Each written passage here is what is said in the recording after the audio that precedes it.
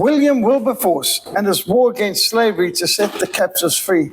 We're approaching the 1st of December, which in 1934 was when all the slaves were set free in the Cape Colony as a result of the lifelong work of William Wilberforce. So I thought that's super important for us to look at, especially as we're still fighting slavery today. The slave trade in the early 19th century presented a monumental ethical challenge and an apparently insurmountable obstacle to missionary outreaches in Africa. How can you do missionary outreaches or gather congregations in Africa while people are afraid of slave traders and slave raids? The abolition of the slave trade helped prepare the way for the 19th century to become the greatest century for missionary advance. And as we battle today great social evils such as abortion and pornography, persecution, work for reformation, the overwhelming opposition and the pressure can drive one to exhaustion and a temptation to give up the fight. And that's what we must not do, and we can learn a lot from William Wilberforce. William Wilberforce, the reformer who led the campaign to abolish the slave trade and to set those in bondage free, he was persistently slandered in the media, threatened, physically assaulted. He is even the target of attempted murder. And we shouldn't be too surprised if that happens to those who try to stand for right in our day and age. Yet he persevered, and after a lifetime crusade, his steadfastness was rewarded with the liberation of all slaves in the British Empire.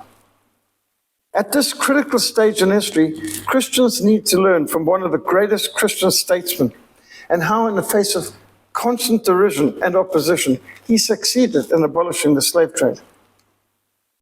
All nations and all tribes engaged in slavery, particularly the Muslim nations.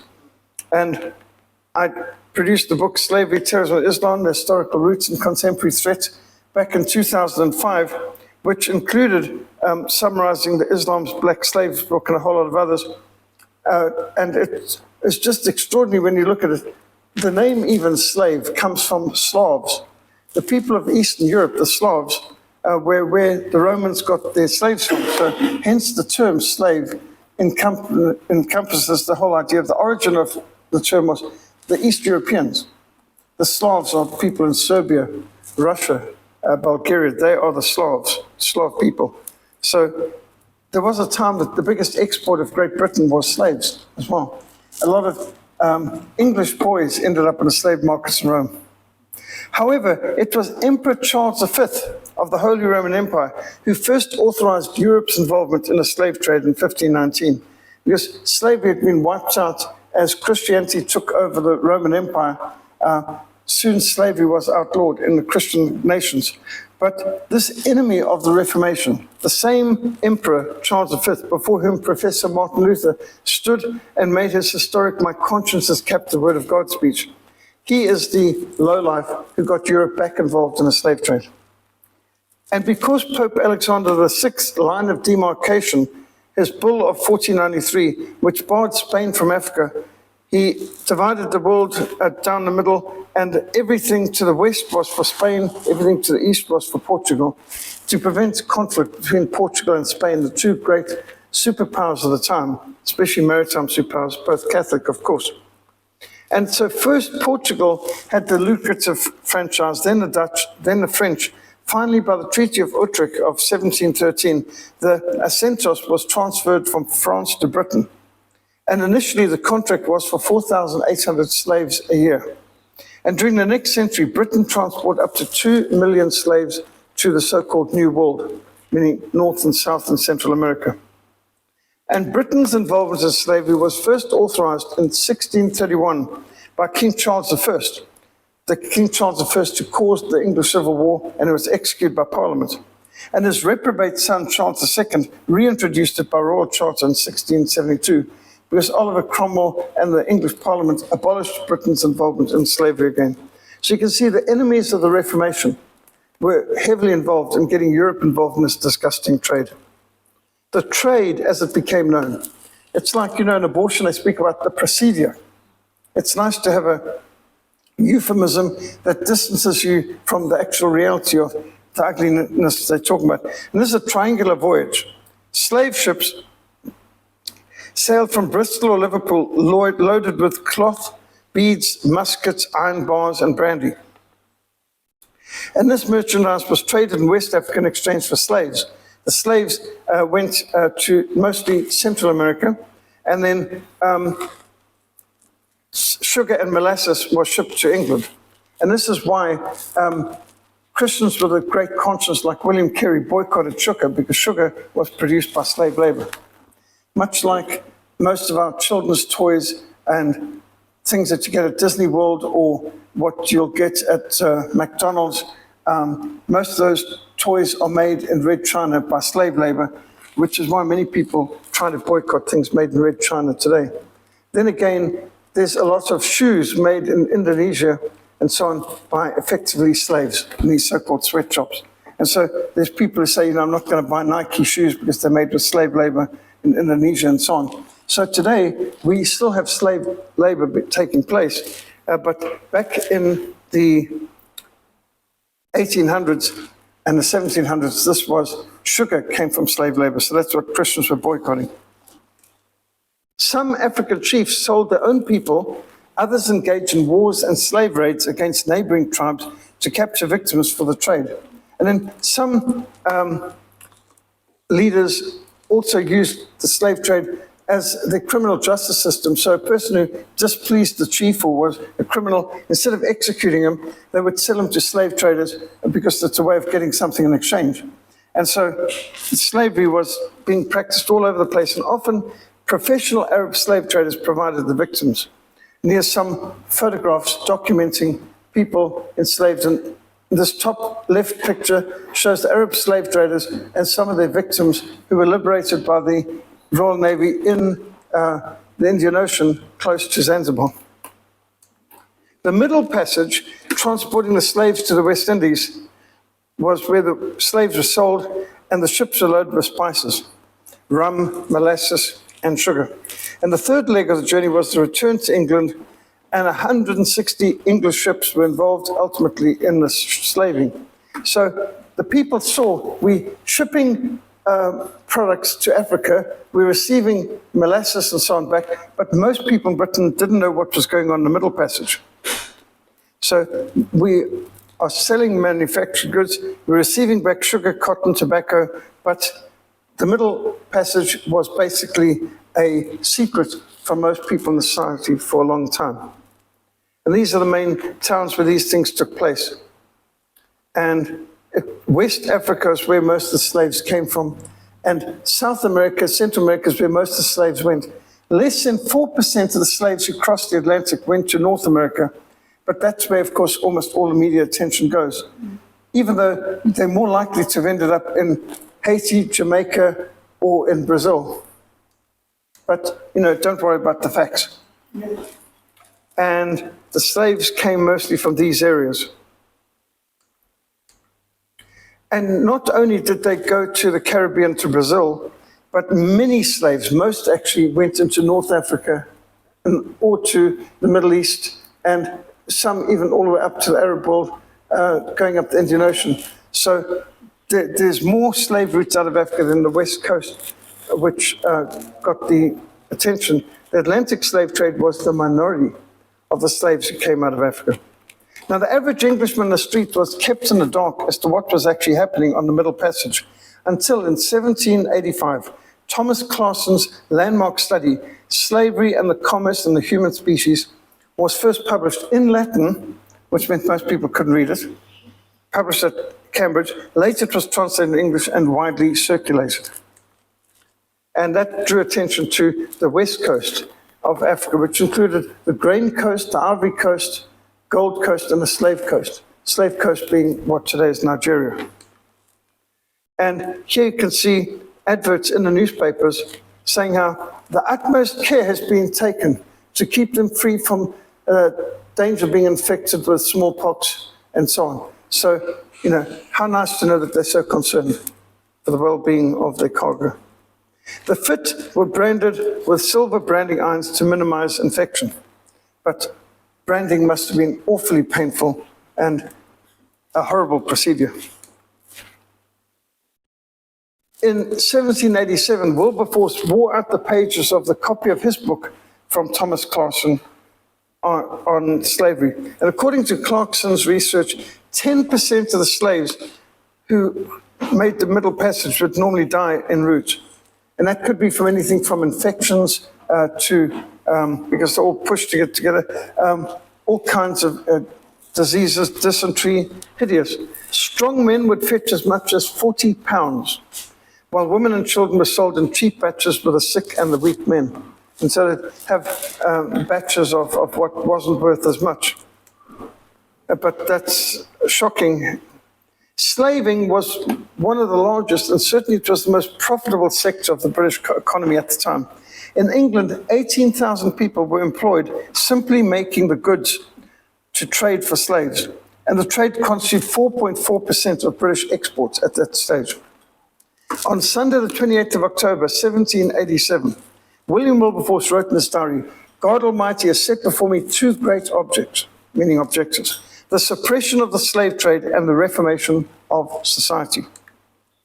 William Wilberforce was born in 1759 into a wealthy family and educated at Cambridge University. So here's from the elite side of Britain. He was elected to Parliament in 1780 at the age of 21. He served in the House of Commons for the next 45 years. William was short. He's actually 5 feet 3 inches.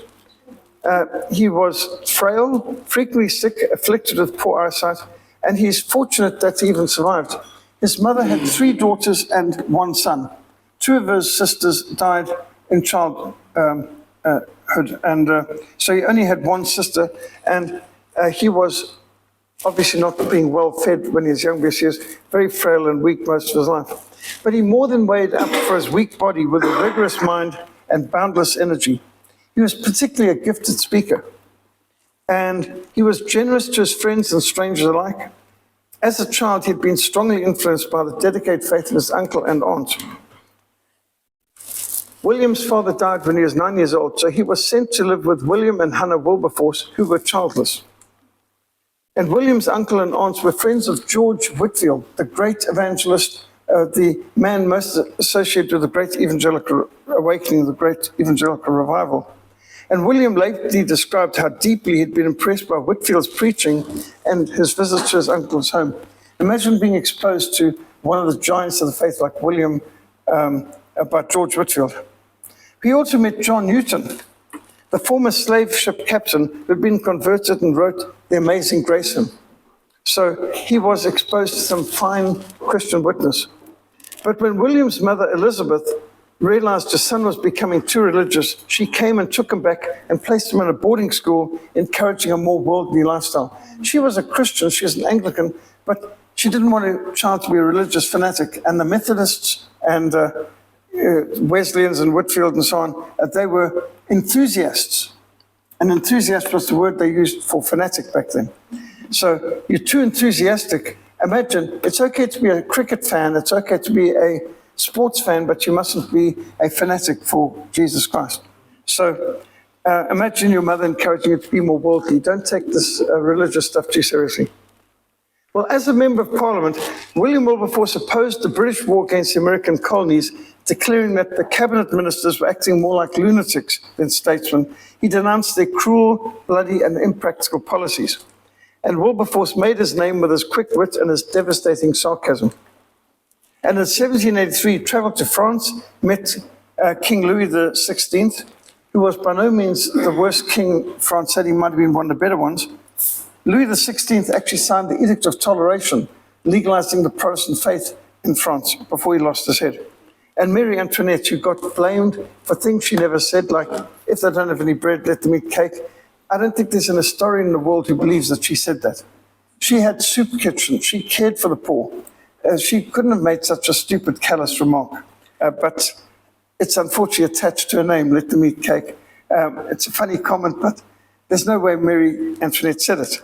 And William Wilberforce noted her as the most intelligent person at the court. And he also met Lafayette, the French officer who fought for the Americans in the American War of Independence, and the phenomenal Benjamin Franklin, who was such an amazing scientist, such a mind, and he was one of the founding fathers of America's independent republic. His good friend William Pitt was then elected Prime Minister at age 24, the youngest Prime Minister in British history, before or since. And Wilberforce then stood for Yorkshire, the largest county in England, and won by a landslide, putting himself in an unassailable position. Wilberforce could have easily become Prime Minister of England if he hadn't taken the unpopular, controversial position of advocate for the slave trade, against the slave trade. Now, it's at this point, when he had won an unassailable position in both politics and society, Wilberforce was confronted with the claims of the gospel of Christ through a book, The Rise and Progress of Religion in the Soul, by Philip Doddridge. And his mind was convinced of the truth of the gospel, but he recognized intellectual assent is not enough. Head is not enough, you need heart and hands as well. Well, a sharp conflict raged within him. I am no Christian, he was forced to admit. He was overcome with anguish. The deep guilt and the dark ingratitude of my past life forced itself on me in the strongest colors. I condemned myself for having wasted precious time and opportunities and talents. He was appalled by the shapeless idleness and sense of my great sinfulness in having so long neglected the unspeakable mercies of my God and Savior. Now, he's only in his 20s, but he recognized I've been wasting my life up till now. And I know that feeling because when I got confronted with the gospel, I also felt so burdened by how I'd wasted my life. And people say, well, you're only 17. Yes, but that was my whole life at the time. And I was horrified that I knew nothing about the Bible. Didn't even know about Daniel 9:10. When I was converted, I was a blank slate. Had never been to Sunday school, never been to church. We'd never read the Bible in my home. There'd never been prayer at our dining room table. And so I can understand some of how William Wilberforce felt. And through all of his heart searching and his Bible study and prayer, he was transformed. And since nearly all politicians drank, gambled, and engaged in corrupt practices, William assumed he'd now have to give up his political career. So in turmoil, he went to see his boyhood hero, Reverend John Newton. Should he give up politics, become a preacher, or should he seclude himself from society to live a life of quiet meditation and prayer? And he's speaking to a sailor who was a slave ship captain, so he's expecting some solid advice. In response, John Newton admonished him that to leave his post in Parliament would be desertion from the duty to which God had called him. It is hoped and believed that the Lord has raised you up for the good of his church and for the good of this nation. If he stayed in politics, he would find opportunities to advance God's kingdom that other men could only dream of. And Wilberforce then informed his friend, the Prime Minister, William Pitt, he could no longer vote the party line if it conflicted with his Christian principles. For the rest of his life, he was an independent. He didn't join any political party as a Christian. The change in his behavior and his politics was dramatic.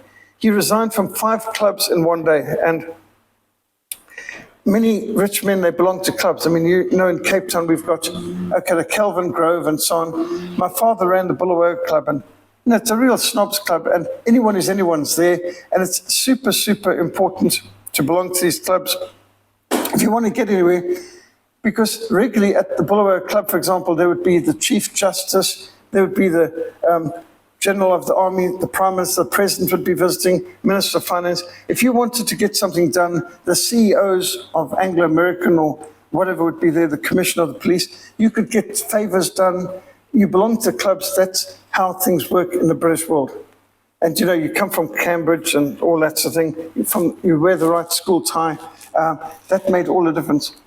My father used to say, it's not what you know, it's who you know. And that's the way a lot of things worked in the Anglosphere. He stopped going to plays and theatres, which had become particularly decadent in that time. He gave up gambling. With a new intellectual rigor, he set himself to redeem his idle years. He became less temperamental, more stable, more cheerful, which should be the fruit of the Spirit. He saw clearly if a man becomes a Christian, it should influence everything he thinks and does. He began to search the scriptures for the principles upon which his policy should be based. And he explained to one constituent, we are to give an account of our political conduct at the judgment seat of Christ. Oh, that our Christian politicians would think like that. It's not the party you've got to report back to, it's the Lord himself on day of judgment. How terrifying is that? At his conversion, there were only 2 other evangelical members of Parliament. By the time of his death, 45 years later, there were over 100 evangelical members in the House of Commons and the House of Lords. So things dramatically changed during his lifetime. One of William Wilberforce's first actions as a Christian was to persuade the king, George III, to issue a proclamation calling for spiritual reformation throughout the land. On the 1st of June, 1787, the king gazetted a proclamation for the encouragement of piety and virtue and for the preventing of vice, profaneness, and immorality. I think we could do with something like that ourselves. It declared, whereas we cannot but observe with inexpressible concern the rapid progress of impiety and licentiousness, and the deluge of profaneness, immorality, and every kind of vice, we do hereby declare our royal purpose and resolution to discountenance and punish all manner of vice, profaneness, and immorality. Church attendance was urged. Sheriffs and justices were to be very vigilant and strict in prosecuting those who are guilty of excessive drinking, blasphemy, profane swearing, cursing, lewdness, and other immoral and dissolute practices. They were ordered to close down the brothels, to destroy all loose and licentious prints, books and publications that disperse poison in the minds of the young, and to punish the publishers and the vendors thereof. The Secretary of State was instructed to send 6 copies of the proclamation to the High Sheriff of every county, with the King's command that these be publicly read and acted upon. Now, at the time, very few realized the member for Yorkshire was the author of the proclamation. And Wilberforce then established a proclamation society to ensure that the proclamation became a force and not a farce. He established local chapters of this society to work about bringing reformation at every level of society. And the time was ripe. Many thousands whose lives had been transformed by the preaching of George Whitefield and John Wesley got involved in this campaign to clean up and to reshape the nation. This explains a tale of 2 cities, that while Paris was ripped apart by revolution based on humanism, London was being reformed by evangelistic preaching and teaching. And so the tale of 2 cities in Charles Dickens' book is contrasting Paris with London, contrasting humanism with evangelical Christianity. Magistrates throughout the nation eagerly responded to the proclamation, and the seriousness of the crime wave provoked a groundswell of popular support for Wilberforce's campaign. One of the descriptions at that time is that when men went out to travel, they armed themselves for war. And every carriage had weapons and everyone was armed, and you didn't dare go out on the streets without being prepared to fight. And so people would take swords, pistols, they'd be ready to wage war for their life whenever they went outside their door. Now, that kind of crime wave sounds more like what we have today in our society. As Wilberforce wrote, surely the principles as well as the practice of Christianity are simple, and they lead to action. The heart of Christianity is change, and there must be action. You can't say you believe something if you don't act upon it. Wilberforce then wrote a book which had an enormous impact on the upper class of Britain, a practical view of the prevailing religious system of professed Christians in the high and middle class of this country, contrasted with real Christianity. In 6 months, it sold out over 7,500 copies in 5 editions. And then by 1826, 15 editions had been printed in England, 25 editions in America. It had been translated to French, Italian, Spanish, Dutch, and German. Sometimes we abbreviate down to real Christianity, sometimes practical Christianity. But this was a book which made such an impact on David Livingstone. David Livingstone read this book when he was only 12 years old, and it changed his whole life, he said, and focused him on the campaign to fight slavery, which is one reason why David Livingstone was so phenomenal in the campaign against slavery, because a book by William Wilberforce had affected his spiritual life from age 12 already. Now, in Parliament, Wilberforce generally voted against the expenditure of money, although it was the government which needed to free the slaves, because the government that protected the slave traders and even gave them their warrants.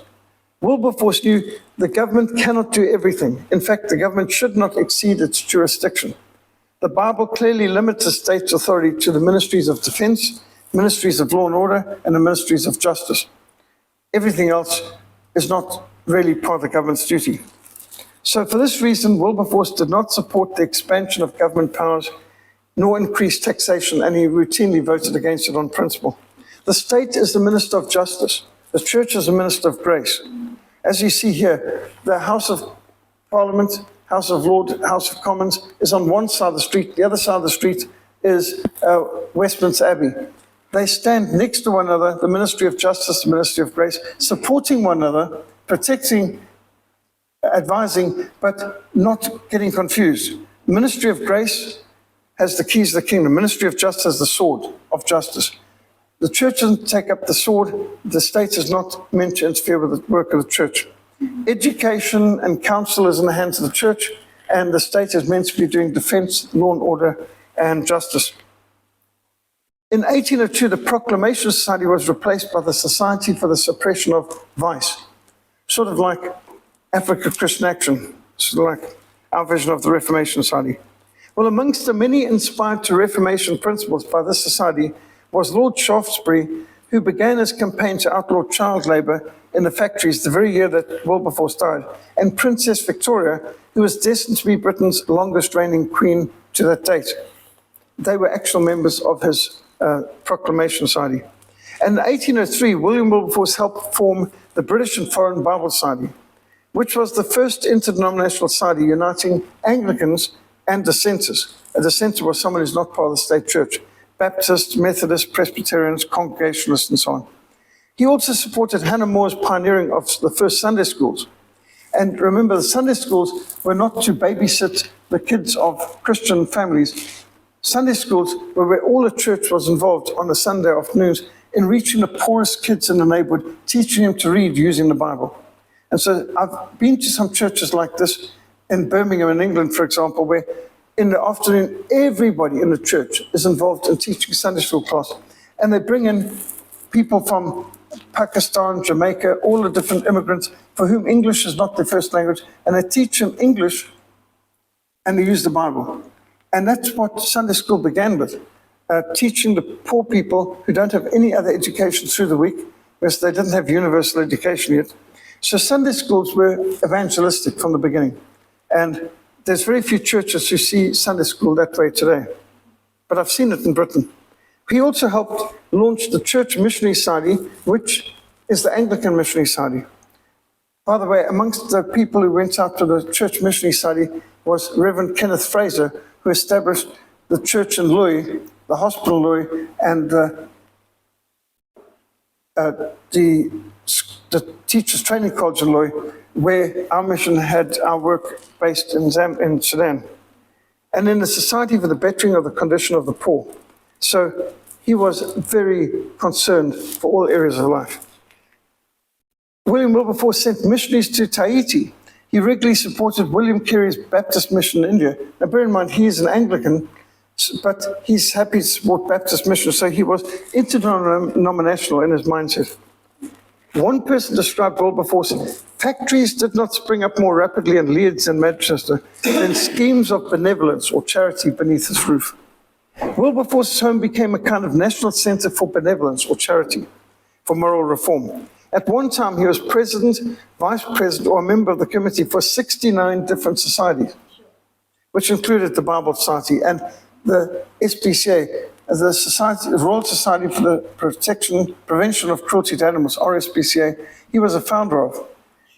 Anyone here seen the film Amazing Grace? Okay, it's a good film, but it starts off with something very inaccurate. The first scene is quite traumatic, and it's false. It starts off with William Wilberforce riding in a coach, and then the horse breaks down, and the man gets out and starts beating the horse with a whip. And William Wilberforce stands out there and says, if you let him rest a bit, he'll probably recover. Which is not the way William Wilberforce would respond. We have a grandson of William Wilberforce saying he saw a man whipping a horse, and his grandfather, meaning William Wilberforce, got out, took the whip out of the man's hand, and beat the man with the whip. That's how William Wilberforce believed about animal cruelty. He would not have just stood by and calmly mentioned to a man abusing an animal, just give him a chance to recover. He would have let this man feel like what it's like being hit with a whip. And so that's my first objection to the film, although the rest of the film's good. But I think that that's slander against Wilberforce to suggest that he would not get involved. Nobody will ever be able to say to me that Peter Hammond stood by while somebody whipped an animal, hurt them, and did nothing more than say a few words.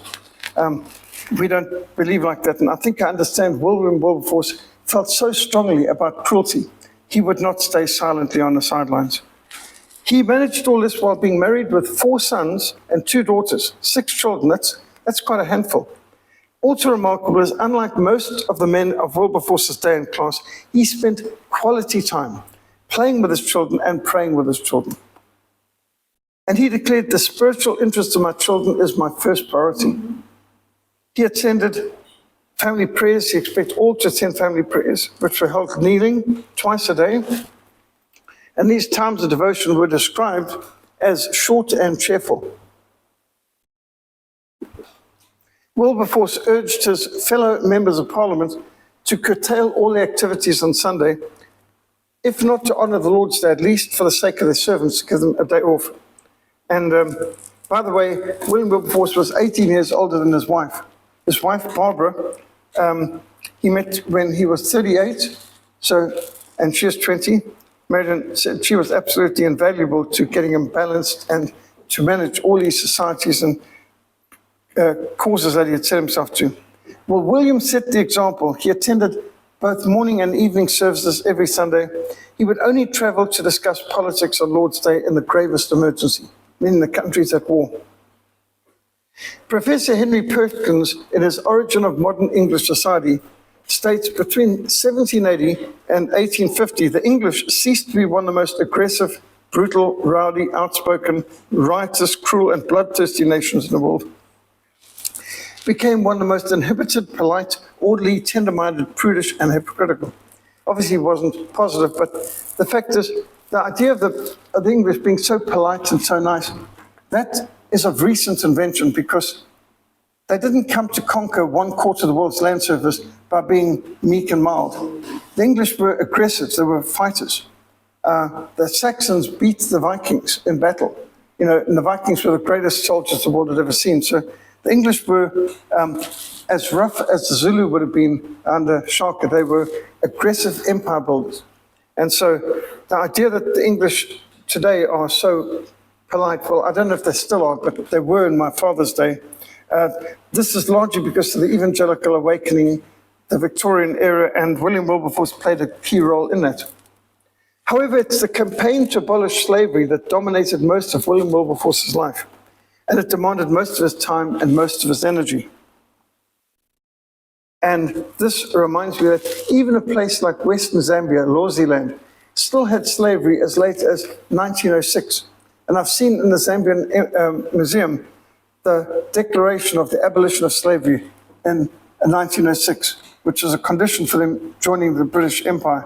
The Lwazi king asked to be made a protectorate, that Britain would protect them from the Portuguese who still had slavery and so on. And the British said, you can be part of our empire as a protectorate on condition you abolish slavery. By the way, Bahrain only abolished slavery in 1936. Ethiopia only abolished slavery in 1942. And that was the Springbok Legion of the South African Army that forced Ethiopia, Abyssinia as it was called then, to abolish the slave trade in 1942. In my father's lifetime. I mean, that's just extraordinary. Captain Sir Charles Middleton, while in the Navy, had boarded a French slave ship in the West Indies, and he is horrified by what he saw. He wrote to Wilberforce requesting him to raise the matter in Parliament, and Wilberforce replied he is unequal to the task, but he could not possibly decline. In discussing this with his friend Pitt, the Prime Minister declared, Wilberforce, England needs a crusader to wake her up. This slave trade is horrible business. It will be a long, hard fight, but someone must take the lead. William, you're the man. In fact, there's a great quote on this where William Pitt says, as your Prime Minister, I must request you to decline this invitation. And he says, and as my friend, and then he says, to hell with caution. So Pitt had to officially say, we can't support this because most of the members of parliament were owned by the sugarcane plantation owners and so on. They were basically bought and paid for like our politicians today. But William Wilberforce was an independent, not beholden to any political party, and he could say and do things that the Prime Minister could not. The example of Christ inspired him. The Spirit of the Sovereign Lord has anointed me to preach good news to the poor. He has sent me to bind up the brokenhearted, to proclaim freedom to the captives, to provide release for the prisoners. Realizing he was going to war against an extremely profitable business, deeply entrenched financial interests, and a lot of political support, Wilberforce prepared his campaign carefully. He gathered around himself a group of researchers and assistants dedicated to eradicating slavery. Granville Sharp, who in 1772 had initiated a lawsuit which successfully established the principle based on the common law that as soon as any slave set foot in Britain, he became free. And so he already had success in campaigning against slavery. Slavery in England was outlawed. Britons never shall be free. Britons never shall be slaves. That's part of the Rule Britannia song. Well, Thomas Clarkson, the author of Slavery and Commerce and Human Species, the initial researcher, was part of his team. And then Zachary Macaulay, who once had been a slave plantation manager before his conversion, and others were tireless, innovative, and strengthening the campaign. So Wilberforce gathered around himself the best people, the best researchers, the most knowledgeable. Then a debilitating illness delayed William, but finally on the 12th of May, 1789, he introduced a bill for the abolition of the slave trade. I mean not to accuse anyone, but to take the shame upon myself, in common indeed with the whole Parliament of Britain, for having suffered this horrid trade to be carried on under our authority. We are all guilty. We ought all to plead guilty and not to exculpate ourselves by throwing the blame on others.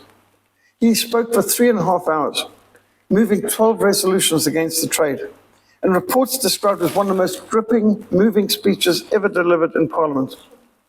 And William Pitt said, Wilberforce had the greatest natural eloquence of all the men I ever met. Most of the House was convinced of the righteousness of Wilberforce's arguments, but they were fearful that abolition would result in economic disaster. It was 4.4% of their national trade. So the House accepted a delaying tactic proposed by the planters and the slavers to be granted leave to produce evidence in reply. The matter was deferred till the next session. Tragically, and here you can see the hand of Satan, the French Revolution erupted before the next session.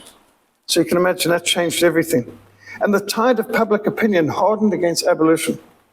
In reaction to the anarchy and the mass murders across the Channel, when the evidence on behalf of the trade was concluded in April 1790, the slavers tried to get a snap decision before the evidence against slavery could be heard. Wilberforce needed to promptly mobilize his forces to win the right to continue the discussion. A general election in June 1790 interrupted the process again. And the deteriorating situation in France, the bloody revolt by slaves in Saint-Dominique, were exploited by the planters who attributed these revolutions to Wilberforce's abolitionist campaign. Not that they could read the newspaper or watch evening news or know what was going on. So it's irrelevant what Wilberforce was discussing in Parliament. That had nothing to do with why they were having revolutions on the other side of the Atlantic. But on the 18th of April, 1791, the House debated Wilberforce's bill until 3:30 in the morning. And the vote ended in defeat for the abolitionists, 163 votes to 88. I've seen this at church conferences. If things are going against the left, they delay things. I've been in conferences where they've dragged things out till early in the morning. So most people, especially the Conservatives, have gone to bed and then they have the vote when they know you can't win. And they do this. This has been done by the Communist Party in Britain to take over Labour Party chapters. They would just drag out the debates through past midnight into early hours of the morning, and then they know that only the dedicated communists will be there for that, and all the others have gone home, people have got work tomorrow, things like that. And then they vote when they've got the majority. So it's a well-known tactic. In light of this reversal, Wilberforce began a regular strategy meeting for his co-workers and allies in the library at Clapham. The Clapham community recognized that this campaign could require a lifetime to win. And these meetings were bathed in prayer. And out of these strategy sessions came the idea of outflanking the corrupt puppets of the West Indian interest in Parliament by creating a groundswell of popular support for the abolition of slavery. And so he had his team together. Many thousands, ultimately millions of pamphlets were printed and distributed. And Clarkson produced a shocking drawing of how slaves were packed like sardines into slave ships for the Middle Passage. And this they published and distributed by the millions ultimately. And pictures like these convinced many a person. And this is another one of the commemorative pictures. Am I not a man and a brother? And these prints were mass-produced, widely circulated. Public meetings and rallies were organized countrywide. And a boycott of slave-grown sugar, which was all sugar actually at that stage, was supported by over 300,000 people. 517 petitions for abolition were delivered to Parliament. Only 4 petitions for slavery, and therefore the sentiment for abolition was overwhelmingly more popular. In 1792, with slave revolts in Haiti, which was hideous. In Haiti, they dedicated the country to Satan. It was an occultic, human sacrifice, hideous revolution, about as bad as it comes. But to be honest, the people in Paris were also pretty occultic and anti-Christian too. And then there were threatened revolts in the British Jamaica, where the slaves outnumbered the colonists 16-1. There was war with France looming, so public reticence and panic swayed the debate. And in times of war, it's hard to get people to think of reform. The best William Wilberforce could achieve was a resolution to gradually abolish the slave trade by 1796. And this was passed by 230 to 85 in the House of Commons, but the bill became bogged down and sank beneath the surface in the House of Lords. And that's the way things often work. You can see how you get in America too. The House of Representatives might pass something, but then the Senate delays, drags it out, and then finally sinks it. The fact that King George III went insane, literally insane at this time, and that Britain had just lost the American colonies didn't help matters either. Because, you know, you're revolutionary Republican like the Americans and so on. And Wilberforce pledged to introduce a new bill to abolish the slave trade every year until it succeeded. And that's what he did. The last letter ever written by evangelist John Wesley was a fairly pessimistic message to Wilberforce. I see not how you can go through with your glorious enterprise in opposing that execrable villainy, which is the scandal of religion, the scandal of England, and of human nature. Unless God has raised you up for this very thing, you will be worn out by the opposition of men and devils. Which is true, but it's pretty pessimistic. There's not too much encouragement in here. But this is apparently John Wesley's last letter. And he was obviously in sentiment for abolition. But John Wesley, interestingly, was totally against America's independence. And he wrote letters to American Methodists telling them that they were rebels and this is evil and God will never bless what they're doing and so on. So Wesley was very much ahead of his time in terms of abolition of slavery, but he was way behind the time when it came to recognizing America's rights of self-determination. Indeed, Wilberforce was becoming one of the most hated men in England. On different occasions, his life was physically threatened by West Indian sea captains. And even the national hero, Lord Admiral Nelson, wrote from his flagship Victory to condemn the damnable doctrine of Wilberforce and his hypocritical allies. You can imagine Navy people probably were generally pretty rigid, and you obey orders, you follow orders, you don't question. Admiral Lord Rodney declared he had never known any slave to be ill-treated in the West Indies. Well, I don't know how observant he was. Lord Heathfield, the defender of Gibraltar, the hero of Gibraltar, commented that a slave on his way to the Indies had twice as much cubic air space as a British soldier in a regulation tent. I mean, okay, he got out his ruler and measured, but even if that's so, it doesn't make it right. And Admiral Lord St. Vincent declared the whole of society would go to pieces if William Wilberforce's abolition bill went through. The Duke of Clarence asserted in the House of Lords the promoters of abolition were either frauds or hypocrites. So which are you, a fraud or are you a hypocrite? And I mean, that kind of mentality, you know, where we've got two options and both are bad. That's typical way of propaganda. Every disturbance, every revolt in the West Indies was blamed on Wilberforce. Lady Malmesbury in 1791 insisted on Wilberforce should be tried for murder and he should be executed because some murders were committed by slaves. I mean, how's that for logic? And Langford Hodge accused Wilberforce of creating a volcano. Wilberforce was the target of scurrilous smear campaigns, and while he was still a bachelor, he was accused of being a wife beater. Very hard to be a wife beater if you don't have a wife. And his wife was black, they said. Others accused him of being a Republican and a revolutionary. All abolitionists are Jacobins. In other words, French revolutionaries. Now remember, in a monarchy, to call someone a Republican or revolutionary is like to call for the death penalty upon them. And King George III declared Wilberforce and his allies were hypocrites and not to be trusted. Other printed attacks on Wilberforce included totally ignorant on the subject of slavery, the most consummate hypocrite, favoring fat, lazy Negro slaves who were laughing from morning till night over his own countrymen. Wyndham called him a wicked little fanatical imp. And how did William Wilberforce manage to persevere in the face of such sustained hatred and character assassination?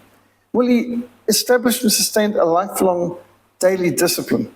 He knew the value of the first few hours of the day for Bible study, prayer, and mental preparation for the day. He sought to discipline his tongue, his tastes, and his thoughts. 3 T's, tongue, taste, thoughts. He surrendered his reputation to God. Early on, he commented after a slanderous attack was published in the Courier. These attacks are like the barking of dogs as you pass through a village.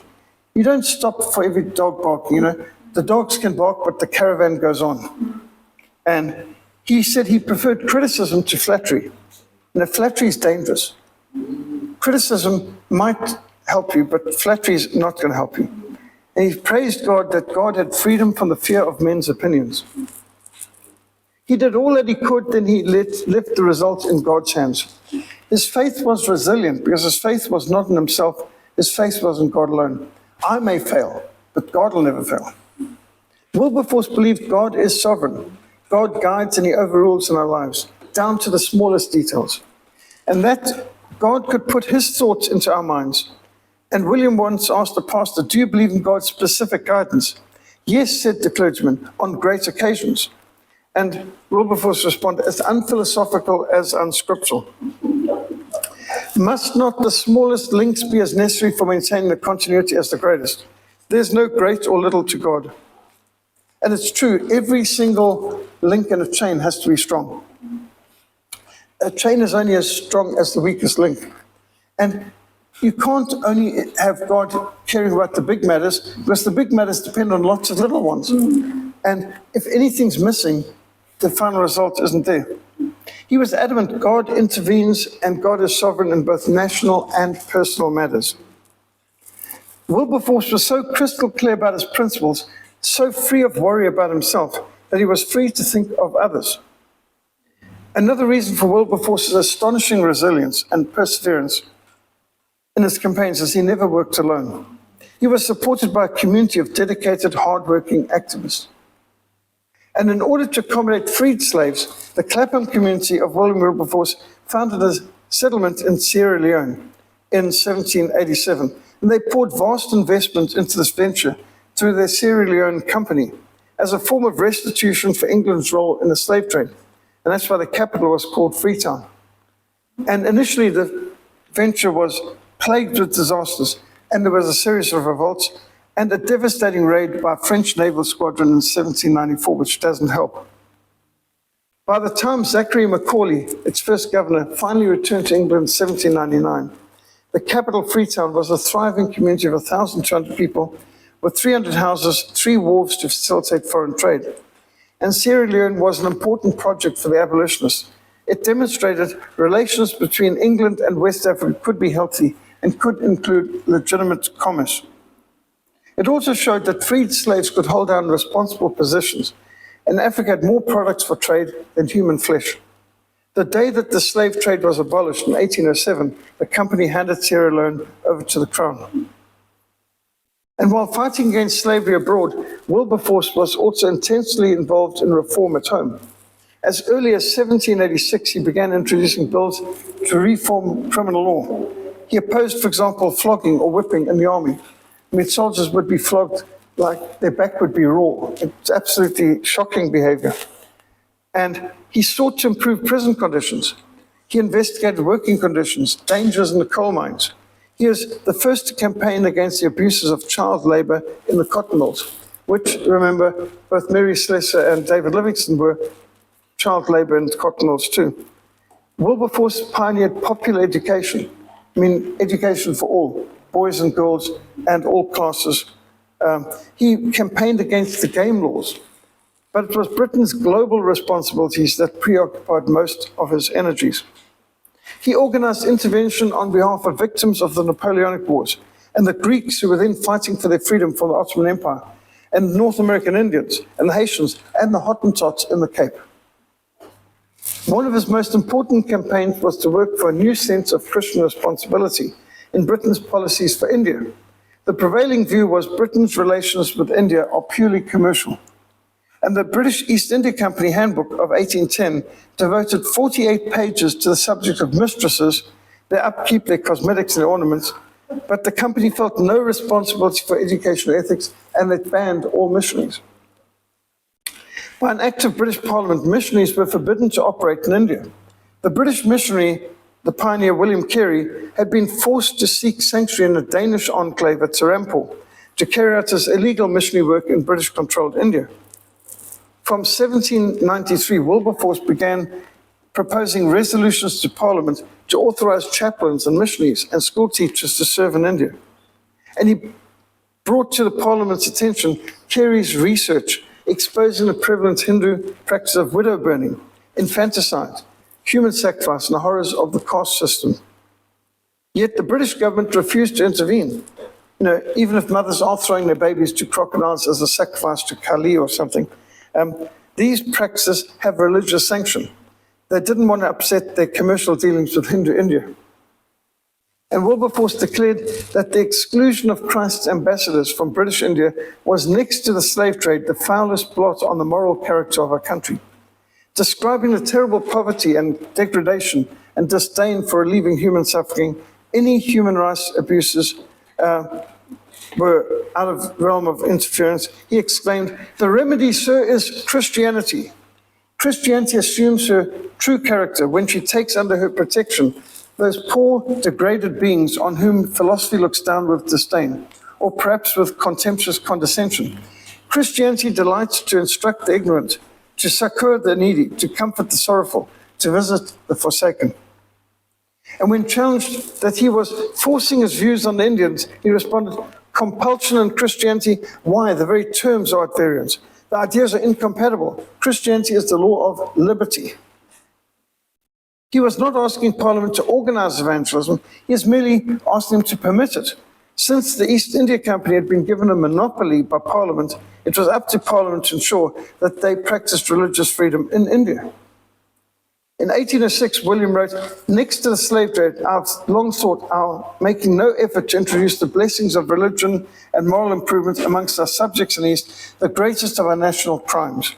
We have too many who seem to think our dominion safe under Brahma and Vishnu than under that of the Almighty." And so Wilberforce fought for a new charter that would permit the activities of all missionaries, whether ordained or lay preachers, whether of the established Church of England or dissenters like Baptist William Carey. And Wilberforce's campaign was supported by 1,837 petitions with over 500,000 signatures. And ultimately, Wilberforce succeeded. By 1830, Parliament passed a new charter for the East India Company, guaranteeing liberty for the propagation of the Christian faith. And this was a watershed in British relations with India, marking the change from looting to paternalism. And as a result of the evangelical influence in British society and Parliament, Britain thereafter approached the native races of Africa and Asia with completely different goals from any other country. The goals were now for administrative justice, kindness and moderation, not merely of increasing the security of the subjects and the prosperity of the country, but of advancing social happiness, of ameliorating the moral state of men, of extending a superior light. And so in 1828, Lord Bentinck Governor General of India, outlawed Thagi, or the assassination for religious purposes, and Suti, the burning alive of widows in their husband's funeral pyre, and of female infanticide, which is killing the baby as soon as they're born if they're girls, because they're going to be a drain on the economy. We need boys. And so they would kill the girls. In 1807, 20 years after he first began his crusade, in the middle of Britain's war with France, Wilberforce and his team's labours were rewarded with victory. At 4 o'clock in the morning on the 4th of February, the abolition bill was passed in the House of Lords. And on the 22nd of February, 1807, it passed the second reading in the House of Commons. A new generation of statesmen, inspired by Wilberforce's tenacious example, rose up to speak in favour of the bill. And the motion to abolish the slave trade was carried by an overwhelming 283 votes to 16 against.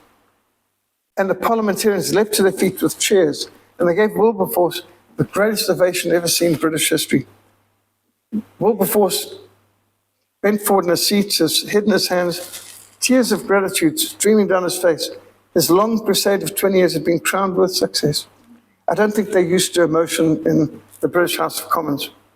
And the first clause declared, all manner of dealing and trading and the purchase of slaves or their transportation from Africa to the West Indies or any other territory is utterly abolished, prohibited, declared to be unlawful.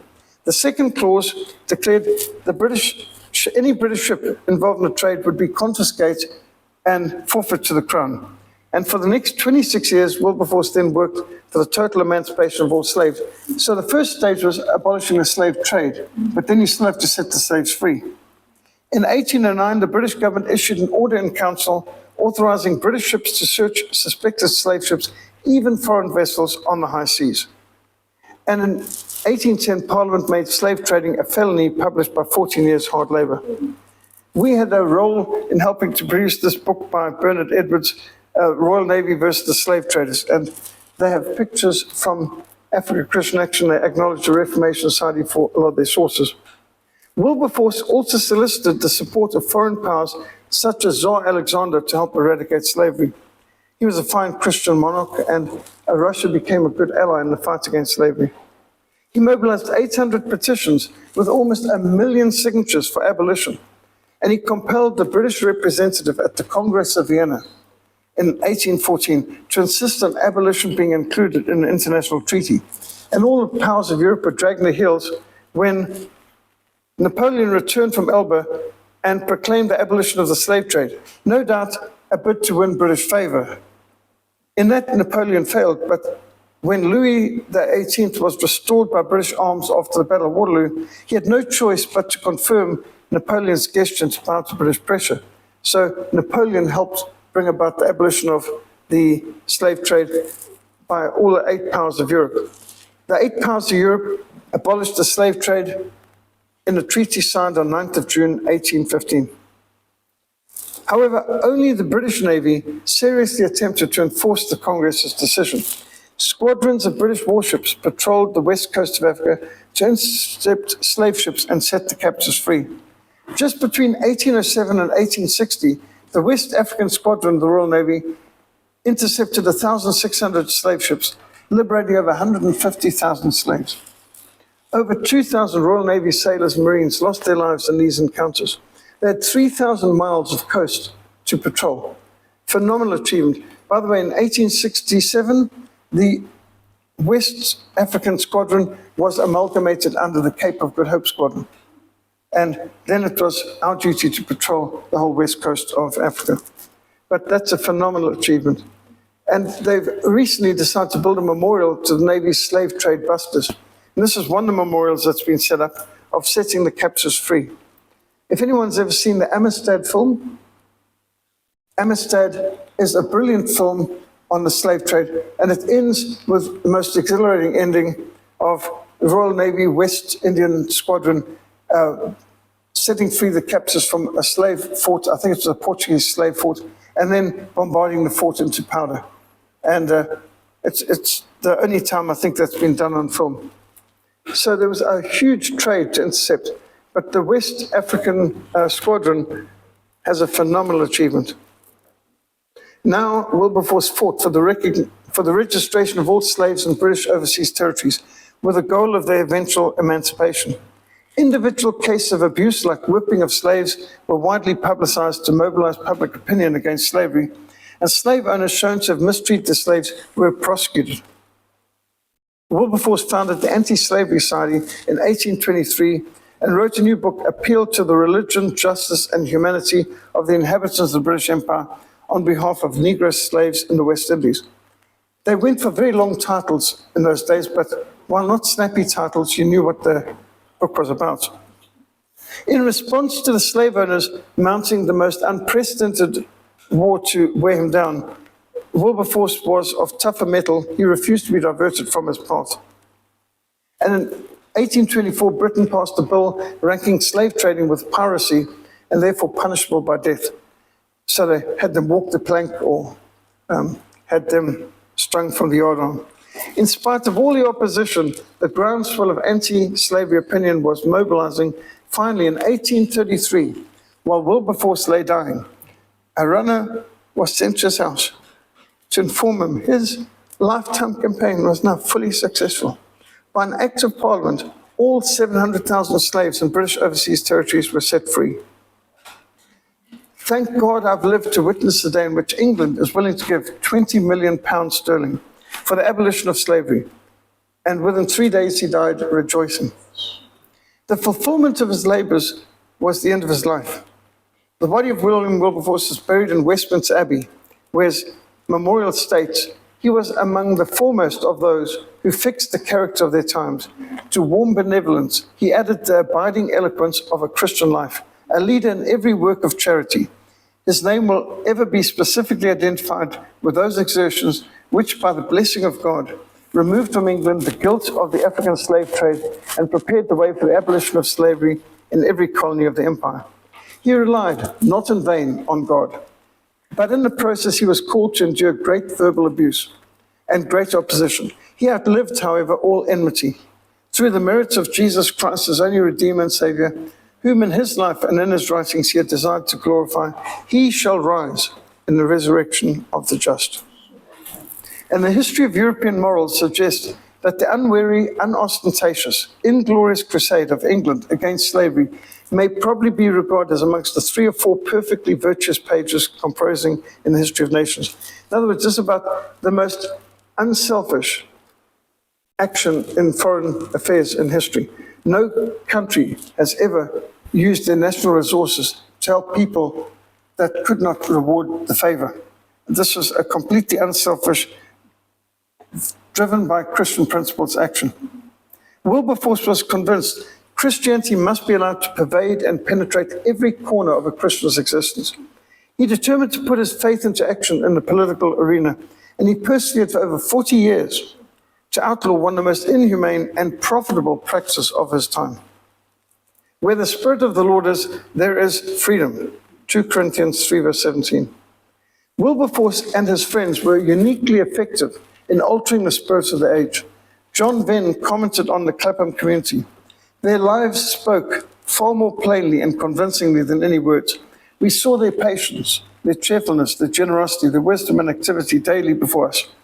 We knew and felt that all this was only the natural expression of hearts given to the service of God. And William himself often declared, it is not in fact talents in which we are chiefly wanting, but in resolute integrity. The test for every Christian is it morally right, not is it expedient or popular. Wilberforce declared the central test of any country is whether it really believes in and practiced true Christianity. He declared one of the supreme political benefits of Christianity is its direct hostility to selfishness. And you just think, I mean, isn't that at the heart of what makes Christianity so good?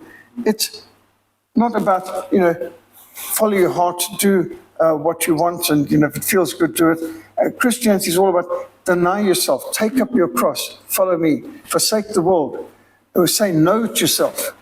Or as Professor Martin Luther put it, you've got to say no to the inner Schweinhund, or nein, niet.